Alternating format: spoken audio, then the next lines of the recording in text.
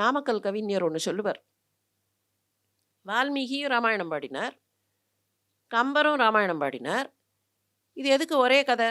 நீங்க ஒரே கதை ராமாயணத்துக்கு மாத்திரம் இல்ல, பாரதத்துக்கும் அப்படிதான். ஒரே பாரதம் தானே. எத்தனை பேர் எத்தனை மொழியில எழுதியிருக்கிறார்கள்? சமீப காலம் வரைக்கும் எழுதினார்களா இல்லையா? சமீப காலம் வரைக்கும் எழுதிக்கொண்டே இருக்கக்கூடியவர்கள் ஒரு பக்கம், பிரபலமானவர்கள் வேறு எழுதியவர்கள் கூட இதை எழுத வேண்டும் என்று ஆசைப்பட்டது ஒரு பக்கம்.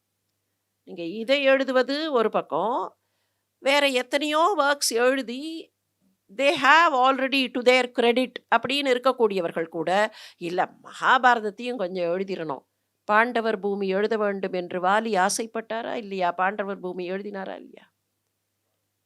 அப்போ எல்லாருக்கும் ஏதோ ஒரு விதத்துல இதை செய்ய வேண்டும் என்கிற ஆசை வருகிறதுன்னா, எங்கேயோ ஒரு இடத்துல அவரவர்கள் பார்க்கக்கூடிய பார்வையில் அந்தந்த காலகட்டத்துக்கு ஏதோ சில விஷயங்களை எடுத்து சொல்ல வேண்டும். அதைத்தான் நாமக்கல் கவிஞர் சொல்லுவார். வால்மீகி இந்த பக்கம் எழுதிட்டார், இந்த பக்கம் கம்பர் எழுதியிருக்கார், இதில் கொஞ்சம் மாற்றங்கள் ட்வீக்கெல்லாம் வந்திருக்கே அப்படின்னா அதுக்கு சொல்லுவார், வால்மீகி ஒரு பெரிய பலாப்பழத்தை கொடுத்தார். பலாப்பழம் முக்கனிகளில் ஒன்று, சுவையானது தான். ஆனால் அவருடைய காலத்துக்கு அது சரி. இன்னைக்கு மொத்தமாக பலாப்பழத்தை கொண்டு வந்து வச்சோம்னா சாப்பிடுவோமா? அப்படியே கொண்டு வந்து வாருங்கள் அப்படின்னு சொல்லி வீட்டுக்கு வந்தவர்களை முக்கனிகளில் ஒன்று அப்படின்னு, என்னதான் பன்ருட்டியில் இருக்கிறவரா இருந்தால் கூட பலாப்பழத்தையே மொத்தமாக கொண்டு வந்து வச்சா எப்படி சாப்பிட்றது? இன்னைக்கு இருக்கிற வாழ்க்கையில் எத்தனை பேருக்கு அதை நறுக்கி கோதகற்றி பிசினகற்றி இதுக்காக கையில் நல்லெண்ணெயை தடவிண்டு அதுக்கப்புறம் அது பிச்சு பிச்சின்னு ஒட்டி, அப்போ சுளை எடுத்து தேனில் முக்கி கொடுத்தார் கம்பர்னர்.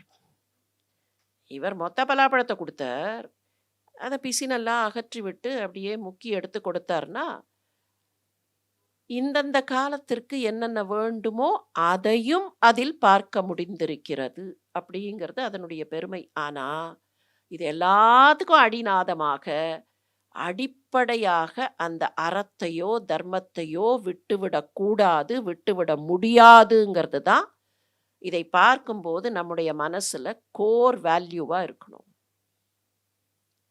அந்த கோர் வேல்யூவை வைத்துக்கொண்டு